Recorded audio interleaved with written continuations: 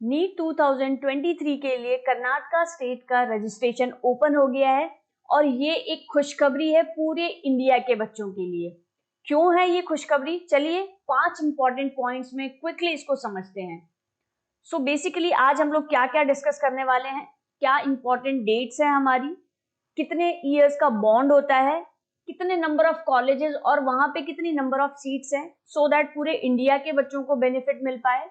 Open state का क्या seat matrix है, क्योंकि ओपन स्टेट से मतलब है कि यहाँ के सारे प्राइवेट कॉलेजेस में दूसरे स्टेट का बच्चा पार्टिसिपेट कर सकता है और वहां पे अपनी सीट सिक्योर कर सकता है एमबीबीएस के लिए।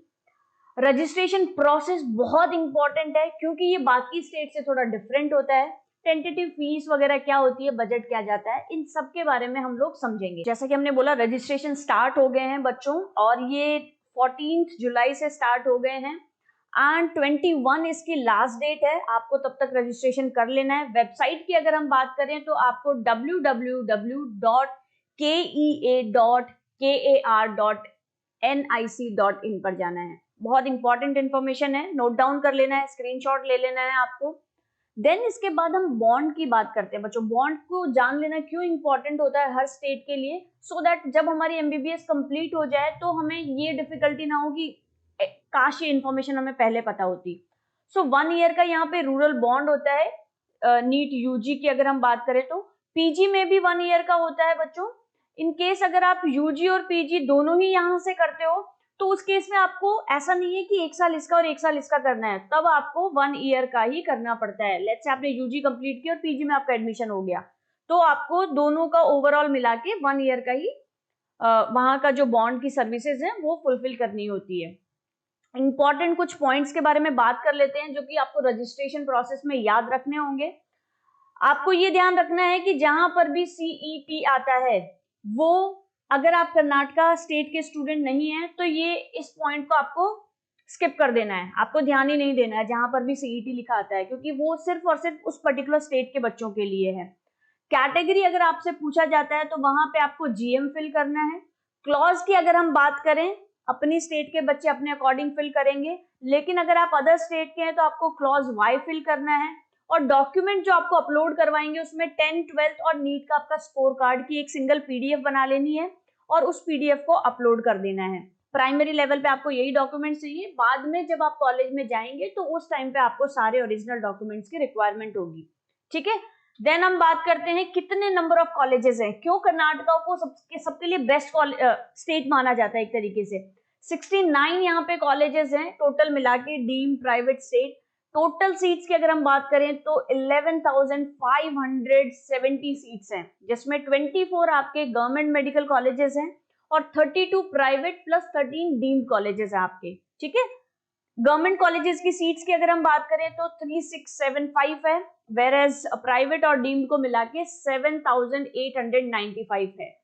गवर्नमेंट कॉलेजेस की अगर हम बात करें बच्चों, किसी भी स्टेट के गवर्नमेंट कॉलेजेस को सिर्फ 2 तरह से ले सकते हैं आप, या तो ऑल इंडिया कोटा के थ्रू ले सकते हैं या फिर आप उस पर्टिकुलर स्टेट के कोटा से ले सकते हैं। तीसरा कोई ऑप्शन नहीं होता है। जो हम ओपन स्टेट की बार बार बात कर रहे हैं, इसका मतलब है दूसरी स्टेट का बच्चा उसके सिर्फ और सिर्फ प्राइवेट कॉलेजेस पे एडमिशन ले सकता है। डीम तो आपको पता ही है, ऑटोनोमस बॉडीज होती है, तो वहां तो आप ले ही सकते हैं।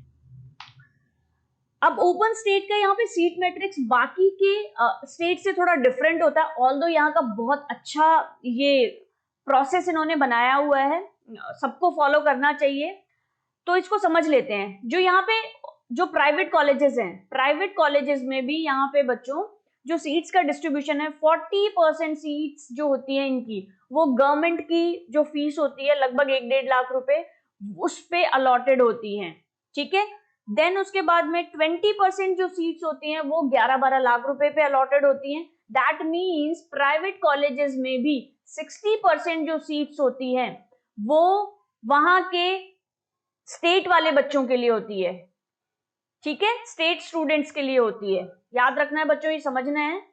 देन उसके बाद में 20% जो सीट्स होती है वो ओपन होती है पूरे इंडिया के बच्चों के लिए, और रिमेनिंग 20% में आपका 15% एनआरआई होता है और 5% अदर कोटा होता है। अगर एनआरआई में सीट वेकेंट रह जाती है तो उस केस में उसको भी कंसिडर कर लिया जाता है एज अ अदर कोटा, और उसके लिए फिर अकॉर्डिंगली बजट सेट किया जाता है, कमेटी बैठती है और अकॉर्डिंगली बजट फाइनल होता है।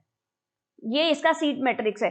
60% स्टेट के बच्चों के लिए, 20% ओपन सीट्स है जिसमें 10-11 लाख का बजट होता है, और 20% एनआरआई, आपको पता है काफी कॉस्टली जाता है, लगभग 80-90 लाख रुपए तक जाता है। देन उसके बाद में रजिस्ट्रेशन प्रोसेस को हम यहाँ पे समझ लेते हैं, बहुत इंपॉर्टेंट है, क्विकली समझेंगे इसको, ठीक है। सबसे इंपॉर्टेंट कि यहाँ पे कोई भी कैटेगरी बेनिफिट आपको नहीं मिलने वाला है, नो कैटेगरी बेनिफिट, ठीक है।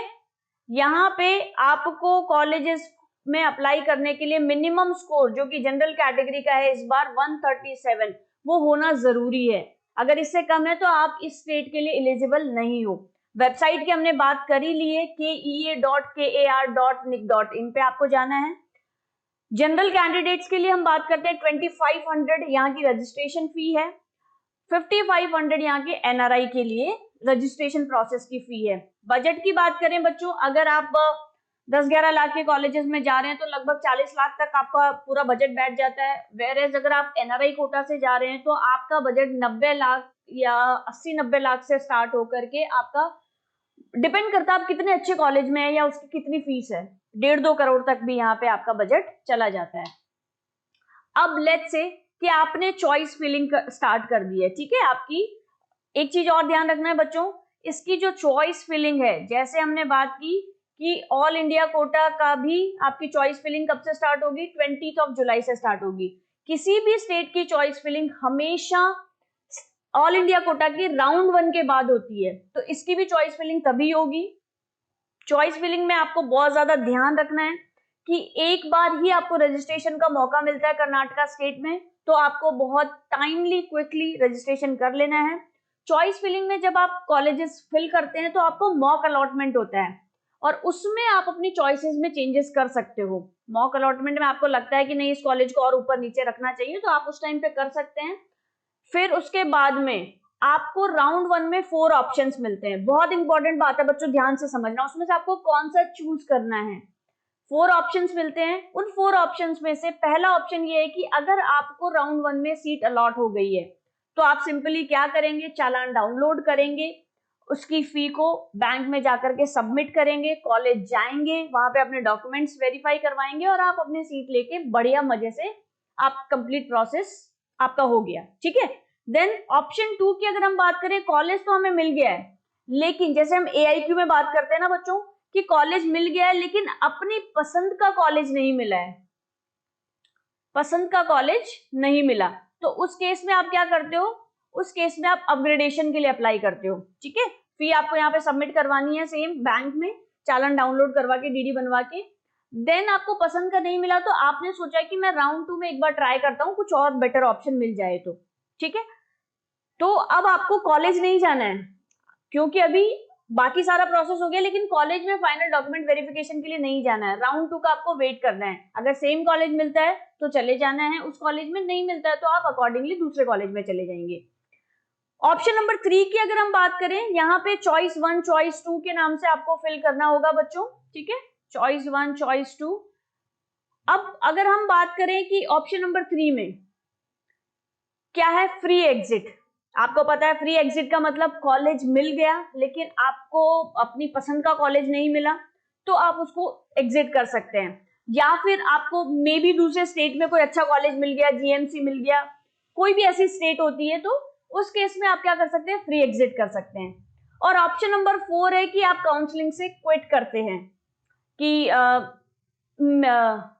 लेट्स से कि मुझे नहीं फर्दर इसको कंटिन्यू करना, या फिर हम बात करें कि कुछ दूसरे स्टेट में अच्छा कॉलेज मिल गया है तो उस केस में आप इस काउंसलिंग को क्विट कर देते हैं, ठीक है।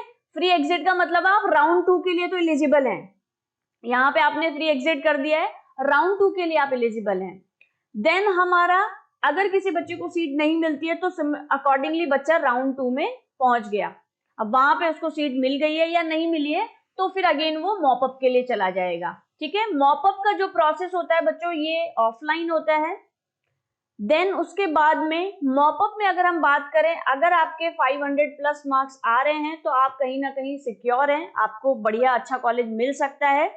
लास्ट ईयर की अगर हम बात करें लगभग 476 पे हमें कॉलेज मिला था, बट हम श्योर नहीं होते हैं बच्चों, क्योंकि वेरी करती है ये सारी चीजें ईयर टू ईयर। और इस बार थोड़ी सी कट ऑफ हाई है तो थोड़ा सा प्लस होने के ही चांसेस रहेंगे, बट स्टिल आप होप बना के रखें और कैलकुलेटिव रिस्क लेना है आपको मॉपअप में जाने तक का। अगर आपके पास में कोई बेटर दूसरा ऑप्शन आता है तो आप उसको भी ऑप्ट कर सकते हैं।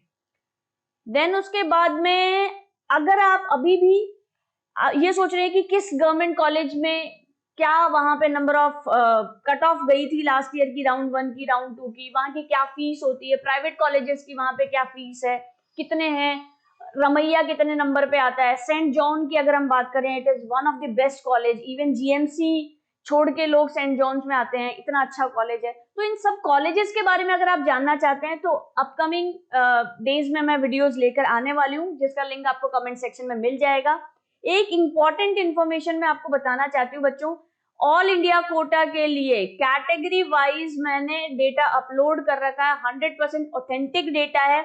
आप एक बार जाकर के अपनी अपनी कैटेगरी का वीडियो जरूर जाके देखना बच्चों, क्योंकि उसमें कंप्लीट जितने भी हमारे 348 गवर्नमेंट मेडिकल कॉलेजेस हैं जो इंडिया में, उन सब के लिए कट ऑफ डाल रखी है कि लास्ट ईयर उनकी क्या कट ऑफ गई थी।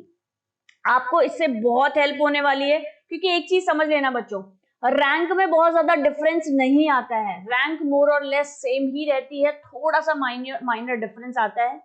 तो आपको अकॉर्डिंगली आइडिया लग जाएगा कि ऑल इंडिया काउंसलिंग में आप कहाँ पे एग्जिस्ट कर रहे हैं, तो आपको और क्या क्या बेटर ऑप्शंस एक्सप्लोर कर लेने हैं। और इसके प्राइवेट कॉलेजेस का वीडियो बस 1-2 दिन में आपको मिल जाएगा। तो आई होप कि आपको कोई ना कोई अपना ड्रीम कॉलेज मिल ही जाएगा, ड्रीम सीट मिल ही जाएगी, और उसके बाद आप लोग धमाल मचा देंगे। So to all the future doctors, wish you all the very best for your future. Thank you.